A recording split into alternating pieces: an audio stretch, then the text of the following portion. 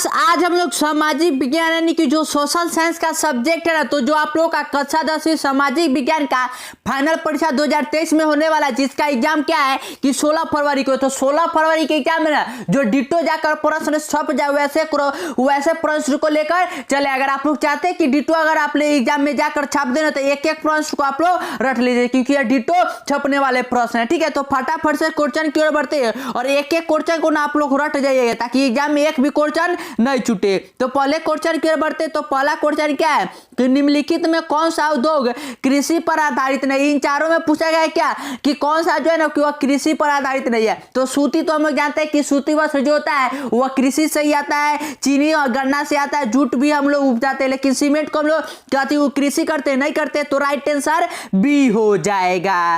Question number 2 की ओर बढ़ते हैं, तो 2 क्या है कि विश्व व्यापार संगठन यानी कि WTO की स्थापना कब हुई। WTO की स्थापना पूछा गया है कि कब हुआ था। तो इसका स्थापना याद रखिएगा कि 1995 में हुआ था। तो राइट आंसर बी हो जाएगा।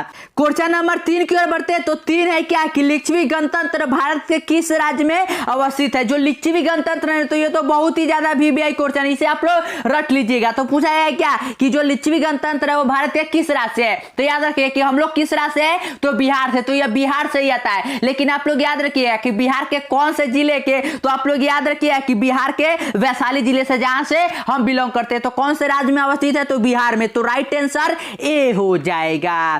क्वेश्चन नंबर 4 की ओर बढ़ते, तो 4 इस प्रकार से है कि पीतल बनाया जाता है। पूछा गया कि पीतल बनाया जाता है, तो पीतल सिंबल याद रखिए कि तांबा और जस्ता दोनों से बनता है। तो राइट आंसर सी हो जाएगा।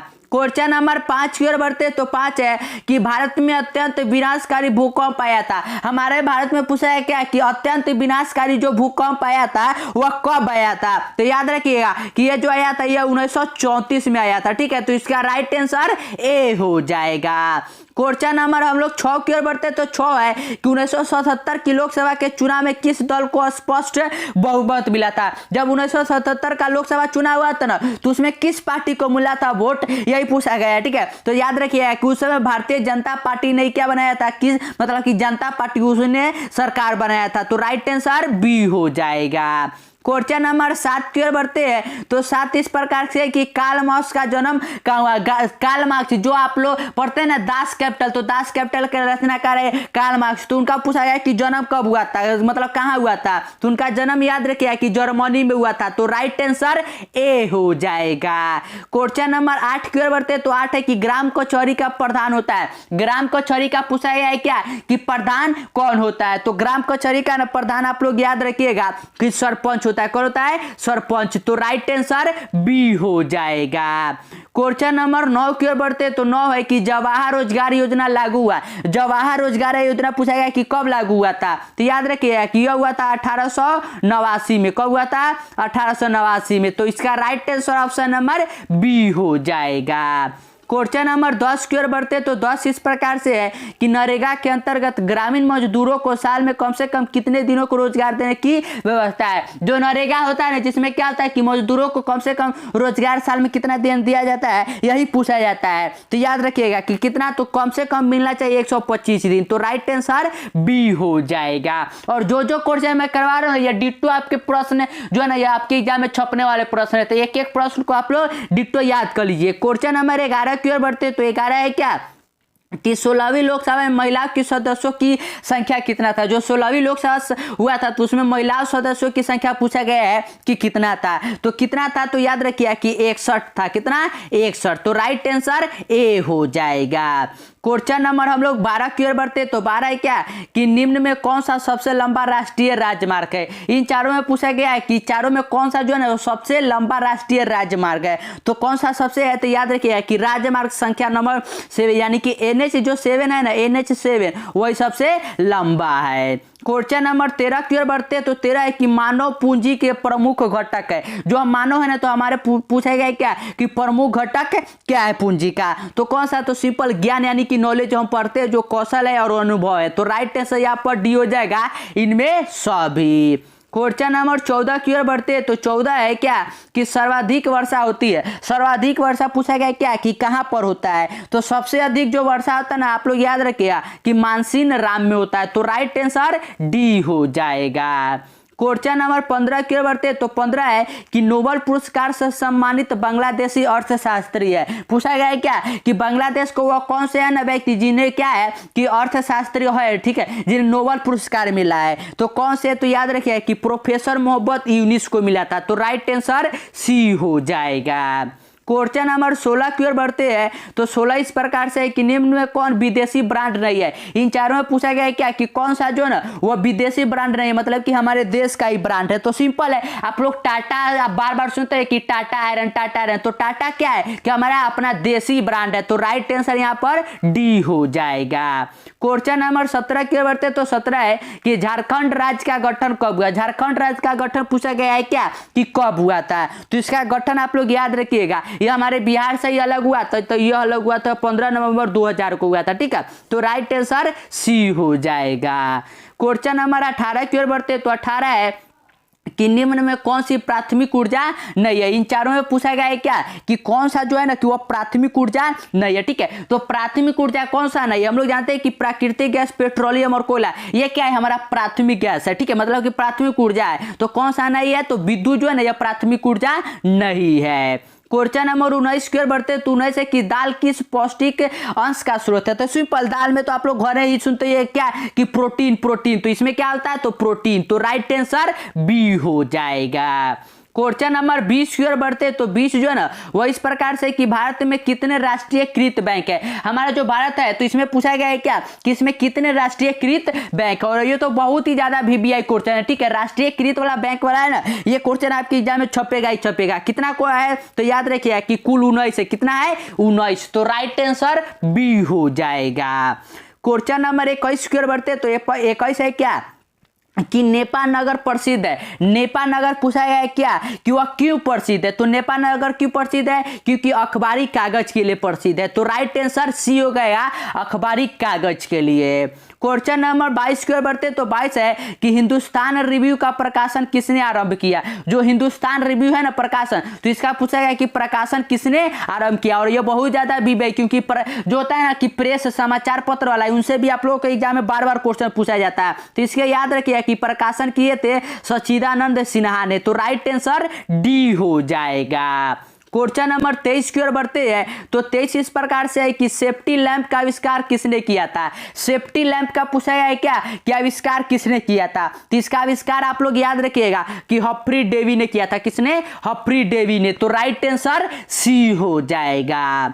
क्वेश्चन नंबर 24 की ओर बढ़ते तो 24 है क्या कि अंतर्राष्ट्रीय श्रमिक संगठन की स्थापना किस वर्ष हुआ था। ये तो बहुत ही बीबीआई क्वेश्चन है, इसे तो आप लोग रट लीजिए क्योंकि एग्जाम में डिटो छपेगा कि अंतर्राष्ट्रीय जो श्रमिक संगठन है तो उसका स्थापना कब हुआ था, किस वर्ष हुआ था। तो इसका याद रखिएगा कि इसकी स्थापना जो है तो ये 1919 ईस्वी में हुआ था। क्वेश्चन नंबर 25 की ओर बढ़ते तो 25 है कि मंदार हिल किस जिले में स्थित है। जो मंदार हिल है ना, तो मंदार हिल के बारे में पूछा गया है कि ये हमारे बिहार के कौन से जिले में स्थित है। तो याद रखिएगा कि यह है ना, ये हमारे बांका जिले में स्थित है। कहां पर, बांका जिले में। तो राइट आंसर सी हो जाएगा।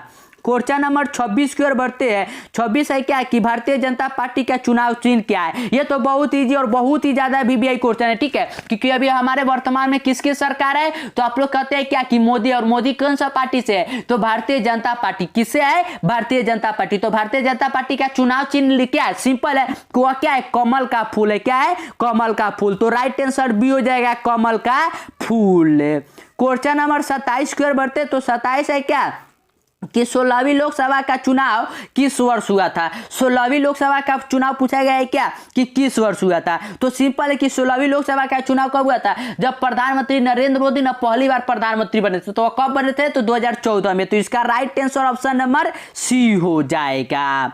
क्वेश्चन नंबर हम लोग 28 की ओर बढ़ते हैं तो 28 इस प्रकार से है कि पटना में गोलघर किस उद्देश्य से बनाया गया था। गोलघर जो है ना वो किस उद्देश्य से बनाया गया, तो सिंपल याद रखिएगा कि अनाजों को रखने के लिए। तो राइट आंसर सी हो जाएगा।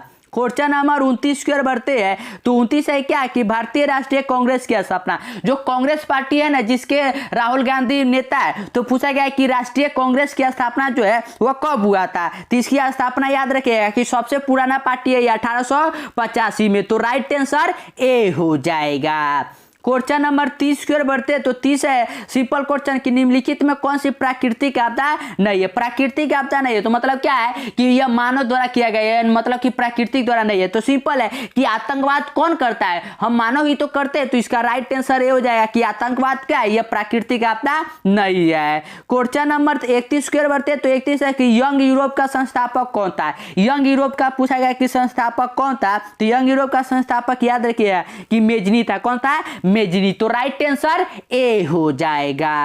क्वेश्चन नंबर 32 की ओर बढ़ते तो 32 है क्या कि भारत में योजना आयोग का गठन कब किया गया था। योजना आयोग का गठन पूछा गया क्या कि हमारे भारत में कब किया गया था। तो इसका याद रखिएगा कि यह 15 मार्च 1950 को हुआ था। तो राइट आंसर ए हो जाएगा। और जो मैं क्वेश्चन कर रहा हूं उसे डिट्टो आप लोग कैसे भी कर छाप लीजिए, ठीक है, गौर कर पी जाइए कैसे भी, क्योंकि डिट्टो जो है ना जब आप लोग एग्जाम देने जाइएगा सोशल साइंस में तो यही सब क्वेश्चन जो है ना आपके प्रश्न पेपर में छपे रहेंगे। तो उस समय आप लोगों को ना टिक मारने में हिचकिचाहट नहीं होना चाहिए, सीधा जाना है और आंसर CBA मार्कर चले आना है, जो मैं बताते जा रहा हूं।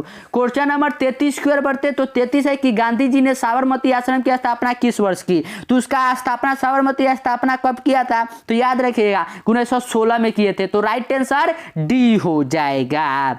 क्वेश्चन नंबर 34 की ओर बढ़ते तो 34 है कि ब्रह्मा समाज की स्थापना किसने किया था। तो ब्रह्मा समाज की स्थापना आप लोग याद रखिएगा कि राजा राम मोहन राय जी ने किया था, ठीक है। तो राइट आंसर ए हो जाएगा। क्वेश्चन नंबर 35 की ओर बढ़ते हैं। तो 35 है क्या कि लोकतंत्र जनता के द्वारा और जनता के लिए शासन है, यह कथन किसका। तो ये तो बार बार पढ़ते हैं, जब भी आप लोकतंत्र का डिफिनेशन पढ़ते हैं तो उसमें यह बताया जाता है कि लोकतंत्र जो है ना यह जनता के द्वारा और जनता के लिए ही शासन है। ये कौन कहते हैं। तो यह अमेरिका के पूर्व राष्ट्रपति कौन कहते हैं, अब्राहम लिंकन कहते हैं। तो राइट आंसर सी हो जाएगा। क्वेश्चन नंबर 36 की ओर बढ़ते हैं। तो 36 जो है ना इस प्रकार से कि भारत का सबसे बड़ा बंदरगाह कौन है। भारत का सबसे बड़ा बंदरगाह पूछा गया है कि कौन सा है। तो कौन सा बंदरगाह है, तो वह मुंबई है। तो राइट आंसर ए हो जाएगा। क्वेश्चन नंबर 37 की ओर बढ़ते तो 37 है कि यूरोप का मरीज किसे कहा जाता था। यूरोप का मरीज सिंपल पूछा गया है कि किसे कहा जाता था। तो ये तो बार बार बताया कि जो तुर्की यानी कि जो तुर्की है ना उसे ही कहते थे। तो राइट आंसर ए हो जाएगा तुर्की। क्वेश्चन नंबर 38 की ओर बढ़ते तो 38 है कि भारत सरकार ने सूचना का अधिकार अधिनियम कब पारित किया था। मतलब क्या है कि कोई भी सामान खरीदते तो आप लोग देखते हैं कि उसके ऊपर लिखा रहता है कितना प्रोटीन है, इतना ये है, इतना है, ये सूचना का अधिकार है। तो यह अधिनियम कब हुआ था। तो याद रखिएगा कि 2005 में। तो राइट आंसर बी हो जाएगा। क्वेश्चन नंबर 39 की ओर बढ़ते तो 39 है कि कागज का आविष्कार किस देश में हुआ था। तो कागज का आविष्कार किस देश में हुआ था। तो याद रखिए कि हमारे पड़ोसी देश यानी कि चीन में हुआ था। तो राइट आंसर ए हो जाएगा। क्वेश्चन नंबर 40 की ओर बढ़ते तो 40 है कि काली मिट्टी उपयुक्त है। काली मिट्टी पूछा गया है क्या कि वह उपयुक्त है, किसके लिए उपयुक्त है। तो याद रखिए कि काली मिट्टी जो है ना यह कपास के लिए उपयुक्त है। तो राइट आंसर ए हो जाएगा। और आज हम लोग 40 क्वेश्चन ही करेंगे और जो हमने 1 से लेकर 40 तक के आज क्वेश्चन किए ना ये सभी क्वेश्चन डिट्टो आपकी एग्जाम में छपने वाले और गेसिंग क्वेश्चन है। तो एक क्वेश्चन को आप लोग याद कर लीजिएगा। और अभी भी चैनल को सब्सक्राइब नहीं किया तो चैनल को सब्सक्राइब कर लीजिएगा और दोस्तों के साथ वीडियो को शेयर कर दीजिएगा।